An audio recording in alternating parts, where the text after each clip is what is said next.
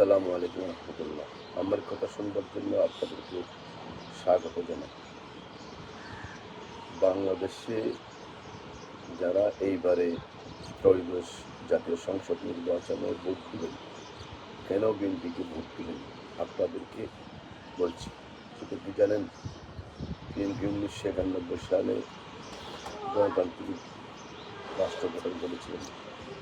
তারও আগে শহীদ প্রেসিডেন্ট জিয়াউর রহমান বহুদলীয় গণতন্ত্র প্রতিষ্ঠা করেছিলেন।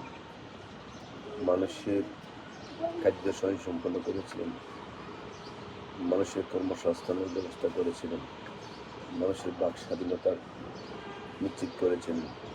সেই ধারাবাহিকভাবে বিএনপি 1991 সালে দেশনেত্রী বেগম খালেদা জিয়া একই রাস্তা অনুসরণ করেছিলেন এবং 4 দলীয় জোট সরকারের ক্ষমতা থাকাকালীন সময়ে শরিক দলের নানান ঝামেলা, নানান চক্রান্তর কারণে দেশি বিদেশি ষড়যন্ত্রকারীরা বিএনপির বিরুদ্ধে কাজ করেছিলেন, বিদায়ী সেখানে খুব গুরুত্বপূর্ণ হয়েছিল। এবার বিএনপির চেয়ারম্যান জনাব তারেক রহমান আগাগোড়ায় নেতৃত্ব দিচ্ছেন।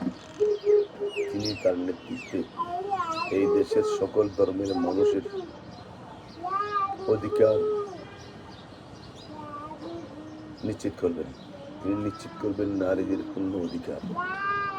তিনি নিশ্চিত করবেন এই দেশের সকল ধর্মের, সকল বর্ণের, সকল গোত্রের এবং সকল রাজনৈতিক দলের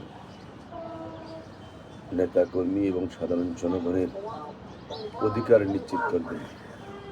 তাদের মৌলিক চাহিদা পূরণে সর্বাত্মক চেষ্টা করবেন।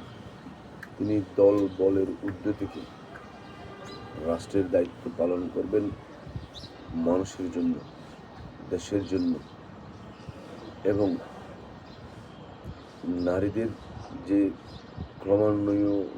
ক্রমাগত যে উন্নতি, সেটা বিএনপির এই আওতায় রয়েছে। নারীদের শিক্ষা এবং চাকরির নিশ্চয়তা করবেন। এখানে ধর্মকে ঢাল হিসাবে ব্যবহার করা হবে। এইখানে কোনো ষড়যন্ত্রকে সামনে রেখে করা হবে না। 71 থেকে শুরু করে 24-এ যে গণঅভ্যুত্থান হয়েছে, তা সেই নীরব যে চাহিদা, যে আকাঙ্ক্ষা, সেগুলো পূরণে কাজ করবেন। যারা একটি দল যে ক্ষমতায় গেলে এসআর টেসআর করবেন বলতেছেন, যদি করতে না পারে তবে দেশটা রাস্তা থেকে সরে গিয়ে জমিনে নালা নর্দমা নিক্ষিপ্ত হবে। সেই জন্য সতর্ক। সবাই দানের শীষে ভোট দিন, সবাই দানের শীষে